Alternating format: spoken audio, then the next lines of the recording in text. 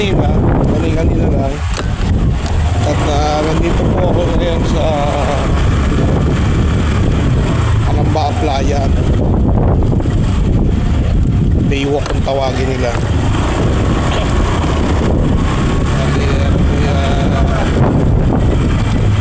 Pauwi na.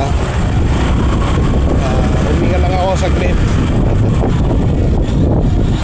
Dahil sa dami ng iniisip, dami ng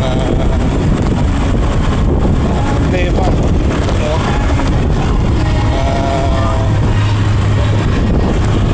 Ako lang pag-asama sa sarili ko lang. Alam ko hindi maganda yun, pero maigi na yun kasi marami magdadala sa akin. Ganito pala problema mo, ganyan pala problema mo.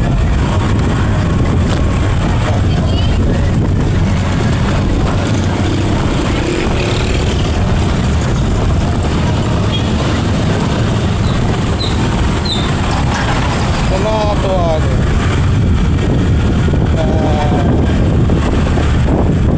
magdaan na rin maligo ay alam nakakatalag kami. Pag walang ganto sa Mandaluyong, walang ganon sa Mandaluyong, walang ganon sa Manila eh. Yung pinakamalapit lang na ano is pwedeng liguan is Antipolo. Yun lang ang nakikita ko na madaling liguan. Pero maganda yung low tide. Hindi magkadong mataas yung tubig.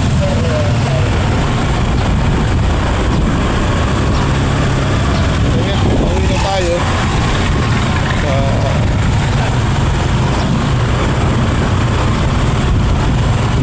Tapos na rin tayong mag-senior. Tapos bumili tayo ng 6 na Pinoy at 4 na balot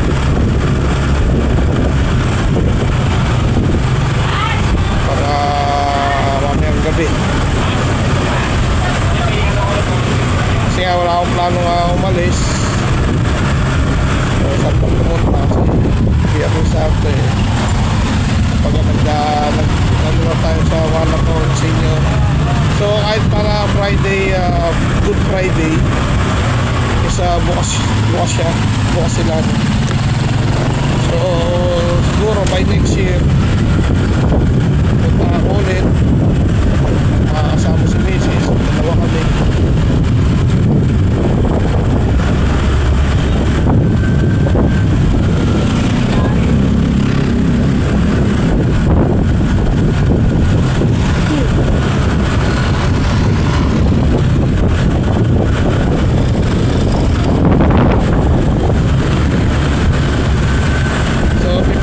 Dumaan dito sa may Mamati. Walang list kasi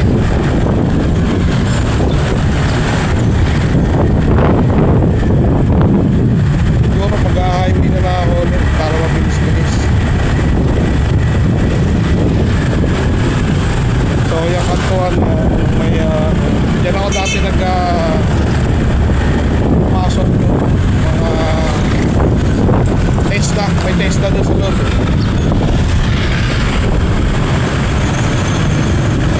So, sa mga hindi pa nakakalam, ako po ay nag-aaral sa daycare ng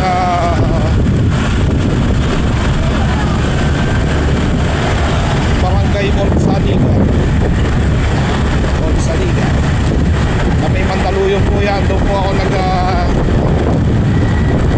nursery, kinder. Naalala ko pa yan nung tinanong ako kung ano daw pa yung gusto ko maging sinagot ko bumbero. Well, wala namang masama sa magiging bumbero. Pero natatawa lang ako kasi hindi ko na pursue. Hindi ko na kasi tinanong pa ako nung high school nung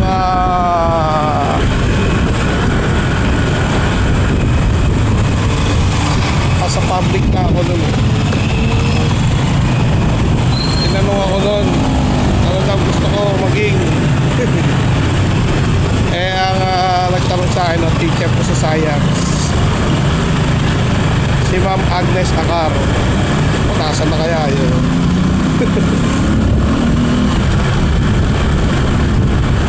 Pero may sakit yun eh. Wala ka lang kung nasa na siya, wala ka rin ako malita. Ma'am Agnes Acaro, Jose Pamela, watch 2000. Ito nagkakamali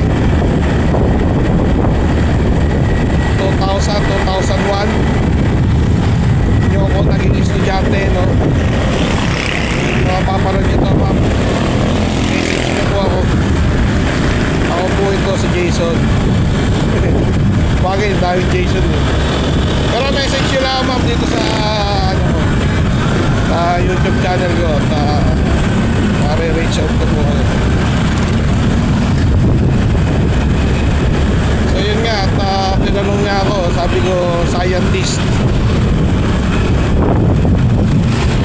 So yun nga, at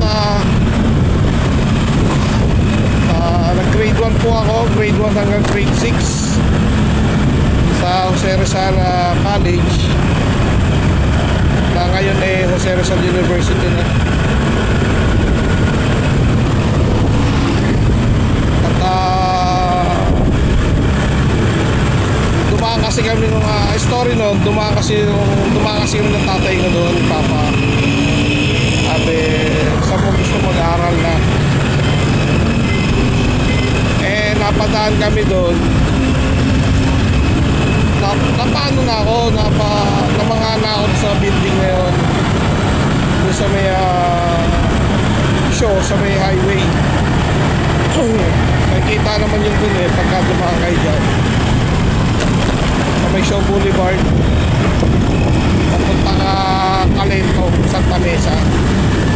Pag dumaan kayo ng highway dyan, nakikita nyo yung front building. Ang ganda. So, dito tayo sa Kalamba pa rin. Ito yung sa left side ko, Kalamba Church. Then ito po yung bahay ni Rosario sa Kalamba. Sa kanan ko na. Sa kaliwa ko pa yan. Bahay ni Rosario. So yun nga, at may nakita ako. Linggo yun eh, may nakita ako CC80. Hindi ko pa alam nun. Mamarcha. Sabi ko pa dyan, gusto ko mag-aaral dyan. Sabi ko gano'n. So, wala akong idea na private school pala yun. So dun nga ako pumasok ng grade 1. Tapos nung pagka-grade 1 ko, parang ako lang ata ang private dun eh. Grade 1 ko, nagsiservice pa ako. Mga ilang parang mga ilang buwan lang ata nag-complete na ako. So natatanda ko pa yun, ang pamasahe nun, piso. Kung ito nagkakamali 1992 yun, piso pa ang pamasahe. So yun nga, batang 90s ako eh. 1985 ako pinanganak, batang hindi siya sabi batang 90s. Yung tipong nagkamuang ka na 90s na, hindi yung pinanganak. So alam ko yun eh, yung namulatan ko batang 90s, mga 40. Ayun na nga,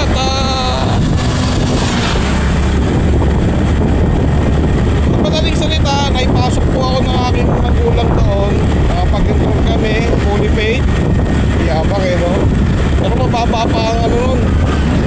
Mababa pa tuition fee nun. Hindi naman ganun ka, piso sa gobyerno. Yung mga bilihin nun, hindi ganun kamahal. isandaan ko nga, hirap gastusin nun. Totoo lang, kasi kada sahod ng tatay ko, binibigyan kami ng 100. Kada uwi yun, pagkasahod. Oo, 100. So nahihirapan kaming gastusin. Dahil hindi mo naman alam kung ano yung mabibili mo. No, kasi siyempre tayo, mga bata tayo. Bibili pa tayo laruan, bibili pa tayo pagkain. Eh ako naman po, hindi naman po tayo, hindi ako materialistic na tao eh.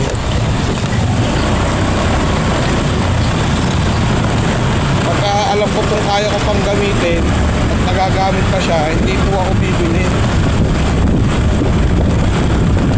Hindi po sa nagpupuri po, hindi rin po sa walang pera. Pagka practical ka, ayun nga, nung pagpasok ng grade 6, doon pa rin ako Sersal College, Pangayneo, Sersal University na. Bali grade 1, grade 2, grade 3, spook naman. Kaya lang nung grade 5 ko, parang doon ako natutong mag-cutting. Pero naawat. Kumbaga sana nadapan pa. Tapos grade 6, eto na, sabi ng teacher ko, hindi na ako makagraduate.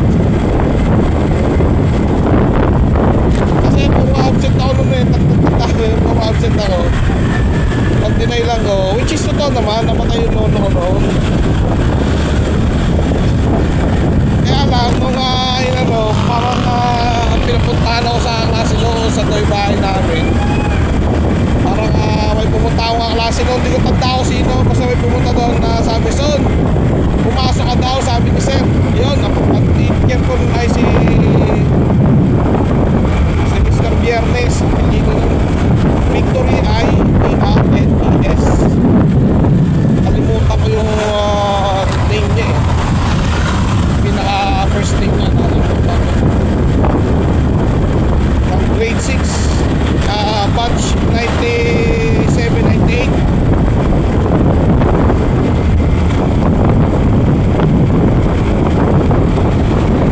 At habang si Ma'am Agnes ay nag-intake ng mga batch 99-2000. So ito na nga, sa madaling salita, umattend po ako ng graduation. Nakagraduate naman po ako, grade 6. Ngayon, tinanong pa rin ako, sabi niya, saan ka papasok ulit? Sabi ko, doon pa rin. So,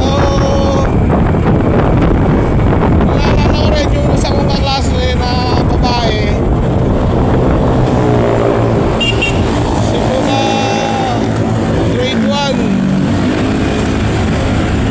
Simula grade 1, grade 2, grade 3, tapos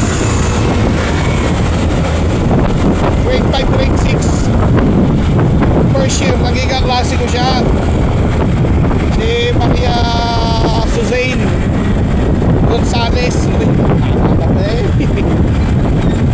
So shoutout sa'yo, nasa ka na, message mo nila yung ako rito, no? Graduate tayo, batch 98. Nawala kasi yung yung yearbook ko nung grade 6 eh. Meron ako nung yearbook. Parang nasira ata yun. Sobrang yun at madaling sentado pa rin ako nag-high school. Ito na.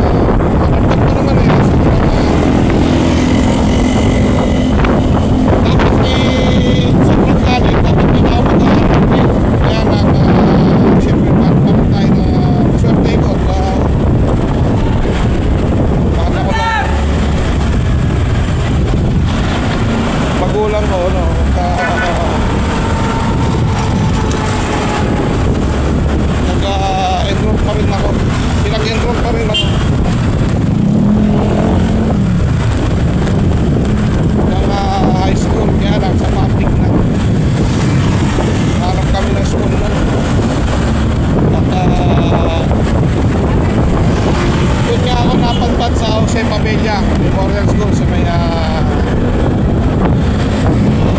Apang Barangay. Tawang Barangay.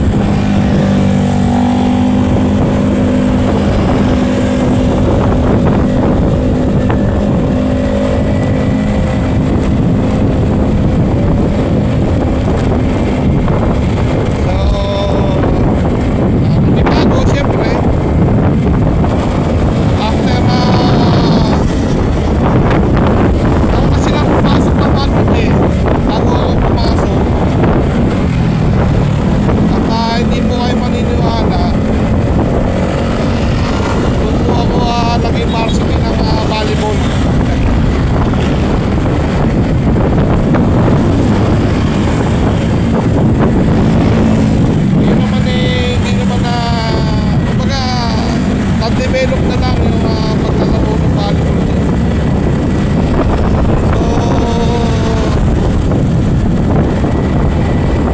So ayun, nakaangat ako ng first year sa public, kaya lang may back subject. Tatlong back subject. Dalawa pala, dalawa.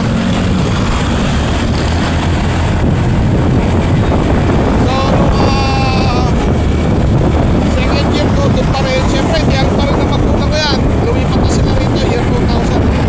Sabi ko na. So yun, hindi pa rin nila alam na gano'n.